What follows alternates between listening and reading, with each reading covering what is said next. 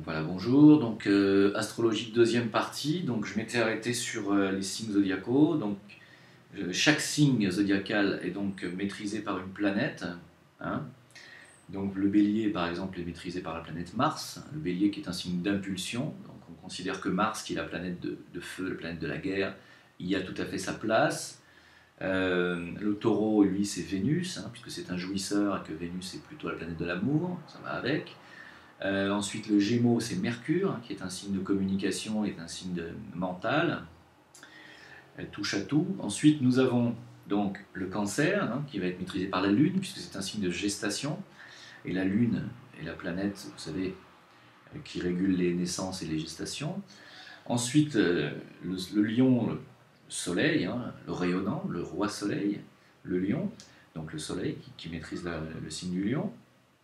Ensuite, on retrouve Mercure pour la Vierge, puisque la Vierge est également un signe, comme le Gémeaux est un signe mental, mais un signe mental analytique, contrairement au Gémeaux qui est un signe mental plutôt proche, on va dire, de la création.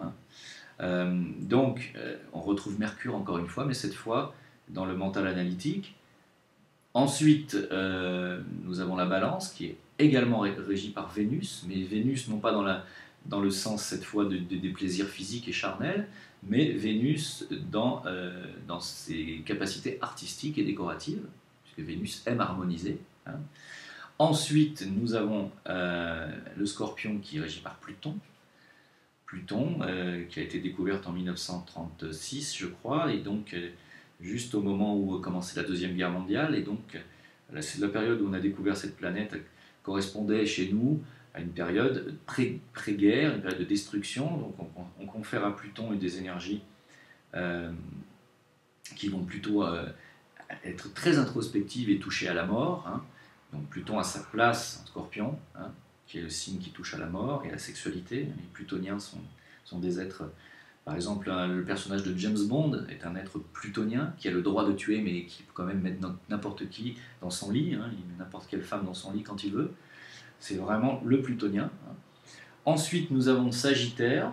Alors le Sagittaire qui va avoir Jupiter. Jupiter, la planète redondante, la grosse planète, celle qui aime réchauffer les cœurs et réchauffer son entourage et qui protège son entourage parce que c'est la plus grosse du système solaire. Et c'est celle qui tourne le plus vite et c'est celle qui a le plus de satellites et celle qui attire le plus de monde autour d'elle, plus que le Lion encore. Hein. Enfin, pas plus que le Soleil. Hein. Bon. Mais quand même, Jupiter est comme un second Soleil, si vous voulez. Donc Jupiter, mais par contre, Jupiter tourne très vite sur lui-même. Hein. Il y a des vents à sa surface qui vont très vite. Et Jupiter est colérique. Et Jupiter a des colères à l'image du capitaine Haddock, hein, qui s'envole comme ça, mais ça retombe très vite parce que ce sont des gens de cœur. Hein. C'est une planète très intéressante, Jupiter. Ensuite, Capricorne, bien, nous avons Saturne. Saturne, le renfermé, Saturne, le taciturne, Saturne, le penseur. Hein. Saturne, Chronos, hein, le dieu du temps. Saturne, pour qui le temps est important, qui compte le temps, qui se demande combien de temps il lui reste, comment ça se passe, comment notre sablier est-il rempli, comment se vide-t-il. Hein. Chronos, Saturne, le Capricorne. Ensuite, nous avons Verseau, le signe de l'innovation, le signe... Eh bien, nous avons la planète Uranus, que nous avons découvert pendant l'ère industrielle, et qui était une ère où les hommes innovaient et cherchaient à faire quelque chose, à faire évoluer la technologie.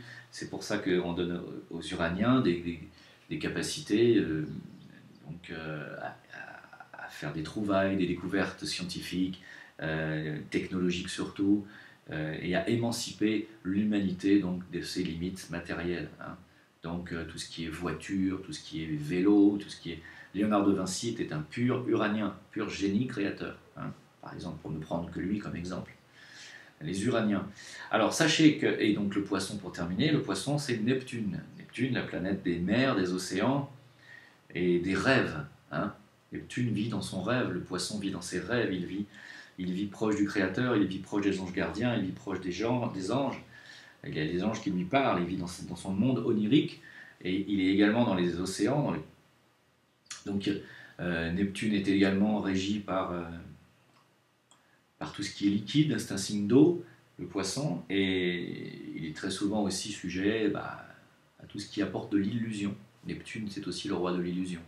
Et l'illusion, qu'est-ce qui procure l'illusion? Malheureusement, l'alcool, les drogues. Donc on trouve chez les Neptuniens et chez beaucoup de poissons des tendances plutôt qui vont dans ce sens-là et qui recherchent l'évasion par l'illusion, hein, que procurent les drogues ou l'alcool. Hein. Ça fait partie des travers, malheureusement, des aspects négatifs. Alors, vous pouvez être par exemple poisson, mais ne pas être neptunien. C'est-à-dire avoir un Neptune qui est très faible dans votre thème, qui influence très peu. Dans ce cas-là, vous allez prendre uniquement la toile de fond du poisson, c'est-à-dire vous allez avoir une tendance à être plutôt malléable, plutôt influençable, vous allez être sensible, vous allez être assez solitaire, mais à la fois sociable, mais vous n'avez pas l'énergie neptunienne dans ces cas-là qui va vous donner du génie, hein, qui va vous donner du talent. Neptune donne du talent créatif, donne du talent artistique aussi. Et vous n'avez pas ce talent. Si vous n'êtes pas neptunien, vous n'avez pas de talent. Vous n'avez pas le talent artistique, par exemple. Hein. Par contre, vous pouvez être bélier, ne pas avoir la planète Mars qui vous influence, hein, mais vous pouvez être bélier et neptunien, avoir un Neptune qui vous influence. Cette fois, le Neptune va donner au bélier du talent. Alors ça va donner quelqu'un de fonceur et en plus qui a du talent. Hein. Voilà, ce sont les exemples, vous voyez, que je vous cite. Donc c'est assez complexe puisque nous avons donc 10 planètes astrologiques et 12 signes, plus 12 maisons qui sont les secteurs d'activité que je vous ai cités dans la première vidéo. À cela va se greffer ce qu'on appelle également la queue et la tête du dragon, qu'on appelle les nœuds lunaires. Les nœuds lunaires en astrologie correspondent en fait à votre karma, à vos anciennes vies, et à vos anciennes vies, en fait, et les anciennes vies qui sont en relation avec votre vie actuelle. C'est-à-dire, en fait, c'est tout ce que vous n'avez pas encore épuré dans vos précédentes incarnations, ou dans votre précédente incarnation, et qui pèse encore sur vous aujourd'hui quand vous naissez, vous vous incarnez. Et très souvent, ces nœuds lunaires, donc quand c'est le passé, on dit que c'est le nœud lunaire sud, hein, sud, il va vous influencer jusqu'au moins la première moitié de votre vie. C'est-à-dire que vous allez vous en débarrasser selon votre travail sur vous-même, selon la conscience que vous avez de tout cela, entre 35 et 50 ans. Il y a des gens qui s'en débarrassent plus tard, il y en a qui s'en débarrassent jamais. Par exemple, admettons que vous ayez un nœud sud, donc un nœud sud en scorpion. Le nœud sud en scorpion va vous donner des anciennes vies autodestructrices. Vous avez été plutôt tyrannique avec votre entourage, hein, les tyrans sont des scorpions. Vous avez une forte sexualité et vous êtes encore très attiré par la sexualité, la perversion, toutes ces choses-là. Ça peut être aussi les drogues, bon, tout ce que le scorpion fait de plus mal. Hein. Et donc vous avez tout cela, la magie noire, tout ce qui touche à la maison 8, hein, la magie noire, la mort, la sexualité débridée. Bon. Là, nous avons des énergies qui sont derrière nous. Et même si vous naissez du signe de la Vierge, qui va plutôt avoir tendance à vous donner envie de vous nettoyer de tout ça, ça ne va pas être aussi facile que ça. Hein. C'est-à-dire que vous avez toujours des énergies du Scorpion qui vont vous titiller jusqu'à un certain âge. Alors, ça dépend de vous, ça dépend de comment vous travaillez sur vous-même. Ça peut être jusqu'à 50 ans, 55 ans, 60 ans. On ne sait pas. Ça peut être avant, ça peut être 40 ans. Il n'y a pas vraiment de règles, en fait. Hein. En fait, tout votre travail consiste à vous débarrasser de votre nœud lunaire sud, qu'on appelle la queue du dragon, et d'aller vers le nœud lunaire nord, c'est-à-dire votre dharma, c'est-à-dire la voie que vous devez suivre et ce qui est bon pour vous. Alors, si vous avez un nœud lunaire sud, vous avez un nœud lunaire nord. Si vous avez un nœud lunaire sud scorpion, vous avez un nœud lunaire nord taureau, hein, puisque c'est le signe qui est juste en face, hein, dans la roue. Scorpion, taureau. Ça veut dire que si vous avez un nœud lunaire sud scorpion, destructeur, vous devez aller vers le taureau qui lui est un constructeur, un bâtisseur, quelqu'un qui construit les choses laborieusement dans la matière. Tandis que le scorpion, lui, est plutôt dans l'énergie, dans la magie, dans tout ça, et dans la destruction de la matière. Le taureau, lui, c'est tout l'inverse. Il est dans la construction matérielle et matérialiste, il doit s'ancrer dans la matière. Donc, si vous venez des énergies scorpions, Vous devez aller vers les énergies taureaux, c'est-à-dire le matérialisme, la matérialité, et prendre racine, et aimer construire des choses sans les détruire. Voilà, ça c'est la première des choses. Hein. Ensuite, vous avez une sensibilité, si vous venez du scorpion, vous êtes sensible, vous avez une sensibilité hors du commun, et vous allez vers le taureau qui est un jouisseur, qui a envie aussi de faire des choses artistiques, qui aime parler, qui est un orateur, le taureau, donc vous allez avoir envie de parler, vous allez avoir envie de chanter peut-être. Les chanteurs ont le signe du taureau en maison 10, hein, la maison 10 qui est la maison des professions. Les chanteurs ont le taureau en maison 10 très souvent. Hein. Voilà, donc vous comprenez comment ça fonctionne. C'est-à-dire que même si vous êtes né, par exemple, du signe du Capricorne, avec un ascendant X, donc vous êtes Capricorne, vous êtes taciturne, renfermé, peu communicatif dans votre naissance, mais vous avez des ambitions, parce que le Capricorne veut grimper socialement tout en haut de la montagne. Admettons que vous ayez pour cela un ascendant Lion, vous avez en plus envie de briller en société, d'être celui qui rassemble, etc., et celui vers qui tout le monde se tourne, et que vous ayez en planète, par exemple, dominante, des planètes comme Neptune, des planètes comme, par exemple, la Lune ou Saturne, qui vont des planètes plutôt d'épuration, qui vont avoir envie de vous faire parler aux anges, hein. Bien, vous avez quand même vos énergies scorpions qui vont quand même être derrière vous tout le temps à vous rappeler, attention, n'oublie pas que tu es quelqu'un de destructeur, tu es quelqu'un de violent à l'intérieur de toi, il y a une violence, le scorpion est violent. Même si toi tu as envie d'avoir la paix et tu as envie d'apporter la paix au monde, de faire rire les gens parce que tu es un entertainer ou que tu es un clown en société, etc., n'oublie pas que tes énergies scorpions sont derrière et que tu es destructeur, que quelque part au fond de toi il y a un tyran qui se cache et qu'il faut que tu élimines. Tu ne peux pas l'éliminer comme ça. D'accord ? Donc, bah, toute la difficulté est là, c'est qu'il va falloir se débarrasser de toute cette énergie du passé, et que souvent ça met des décennies, et que c'est très très long, et que selon les nœuds sud que nous avons, c'est plus ou moins difficile de nous débarrasser de nos anciennes vies. Hein, de nos anciennes vies, de nos anciennes énergies, hein, et donc d'aller vers les nouvelles avec lesquelles vous êtes nés et qui vous attendent pour faire des choses constructives, et ce pourquoi vous êtes venu dans cette vie. Alors, c'est à ça que sert l'astrologie. L'astrologie sert vraiment à déterminer qui vous êtes, qui vous étiez, et comment faire pour vous émanciper de ce que vous étiez, de vos démons en fait, et comment aller de l'avant. Donc c'est très important comme outil de connaissance de soi, l'astrologie. Très peu de gens s'y intéressent parce qu'ils pensent que c'est l'horoscope. Non, c'est pas ça l'astrologie, c'est un thème natal, un thème astral de naissance. C'est vraiment un outil de connaissance de soi qui est indispensable. Pour moi, ça devrait être prôné, ça devrait être même... On devrait s'en servir à l'éducation nationale pour aiguiller les enfants, savoir dans quelle voie les envoyer. Par exemple, si quelqu'un est vraiment fait pour être un artiste dans cette vie-là, on ne va pas le mettre en mathématiques, en sciences, non, et vice-versa. On ne peut pas forcer les gens à avoir un esprit cartésien quand ils sont faits pour être complètement intuitifs. C'est pas possible. On ne peut pas. Et franchement, l'éducation nationale fait une grosse erreur. Vous savez que l'astrologie était pratiquée chez les rois de France, et même encore à la Sorbonne, on l'étudiait au XIXe siècle. Hein, ça faisait partie des matières. Renseignez-vous, vous verrez qu'il n'y a pas longtemps qu'on a supprimé l'astrologie. Et pourquoi est-ce qu'on a supprimé l'astrologie ? Parce que c'est un outil de connaissance de soi, et que les gens qui, encore une fois, sont à la tête de l'élite qui nous dirige, sont des gens qui ne veulent pas qu'on se connaisse, ne veulent pas qu'on avance. Hein ? Donc ça rejoint encore tout ça, c'est pour ça que je vous en parle, parce que tout est lié.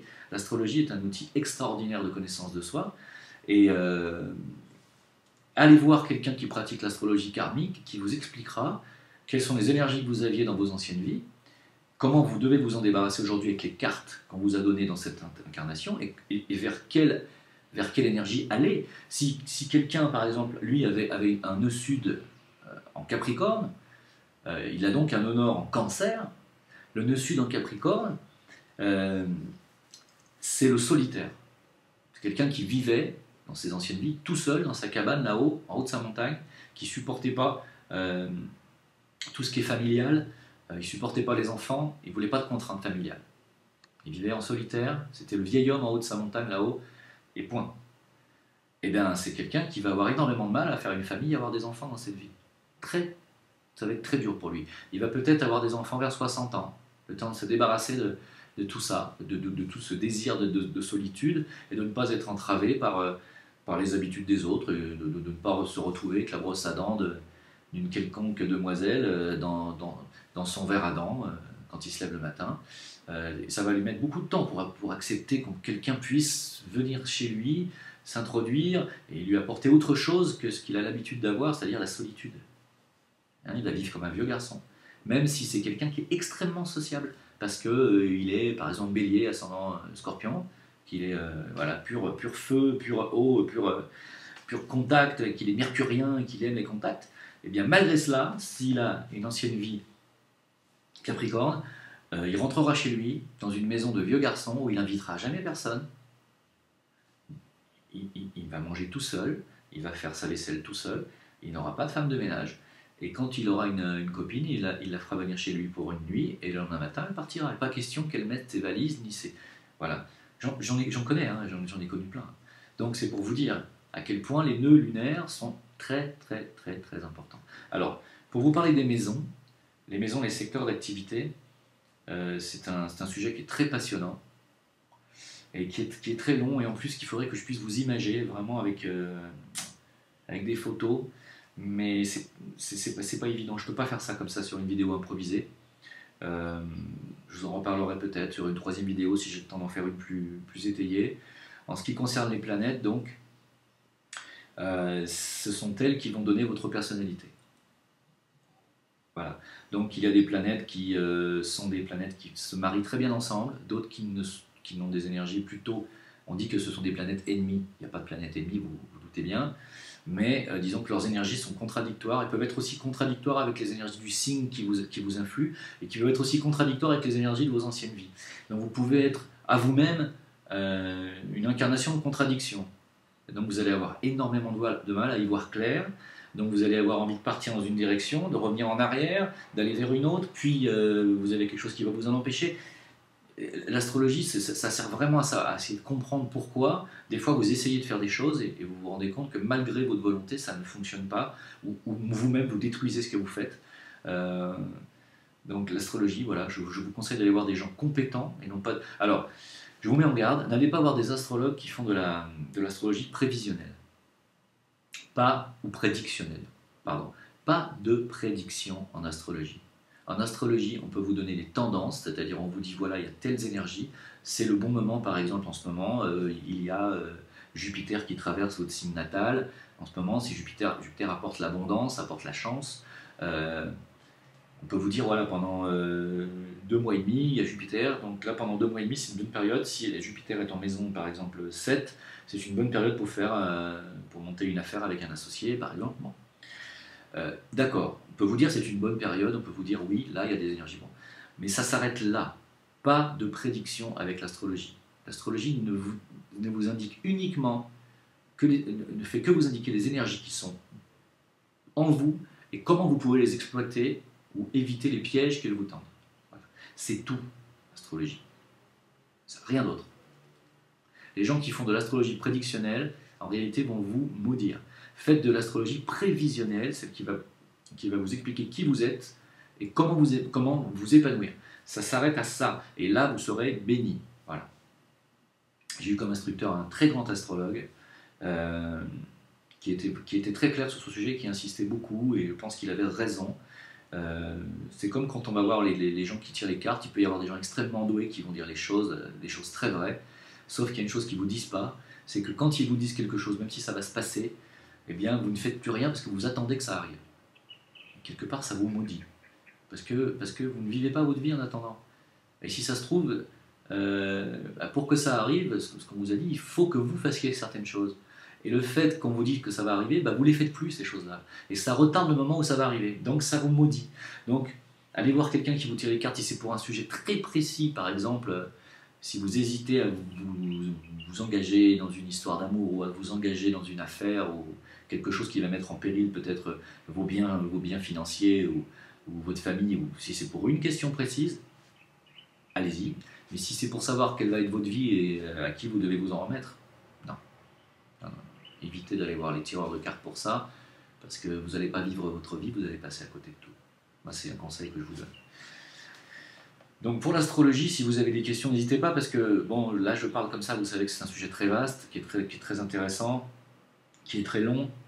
Vous savez que nous sommes des êtres multidimensionnels, et les astres sont également multidimensionnels, et c'est surtout par notre corps astral hein, que les énergies planétaires nous influent. Nous n'avons aucune influence physique pratiquement. Je veux dire, les planètes ne nous influencent pas physiquement. C'est pas sur notre corps physique, à part la Lune, qui influence les gestations chez les femmes, et qui va influencer aussi chez les alcooliques leur tendance à partir un peu en vrille, hein, Neptune et la Lune, à part le Soleil qui nous influence, qui est le seul véritable astre astrologique qui nous influence directement, le Soleil dont on sent l'influence physiquement. Les autres astres, c'est sur le plan astral émotionnel qui nous influence et sur le plan mental. Hein.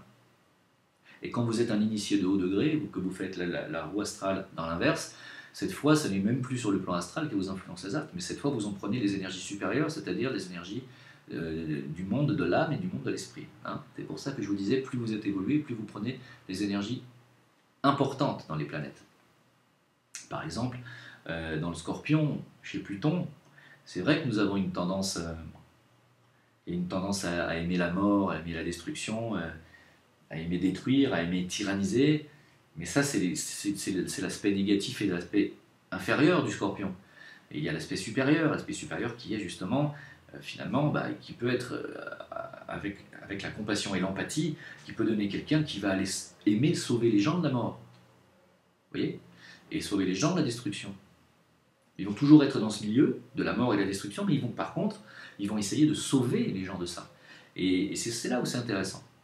Donc, j'attends vos questions, et puis on en reparle peut-être dans une autre vidéo. À très bientôt. Et si vous avez un thème particulier dont vous souhaiteriez que je parle, c'est avec plaisir. Donnez-moi des idées, parce que parfois je ne sais pas. Des fois je me dis, tiens, je devrais faire une vidéo sur telle ou telle chose, et puis j'oublie, parce que bon, je n'ai pas toujours la tête à faire des vidéos. Donc n'hésitez pas à me poser des questions et à me demander de faire questions-réponses. À très bientôt pour une autre vidéo. Merci, au revoir.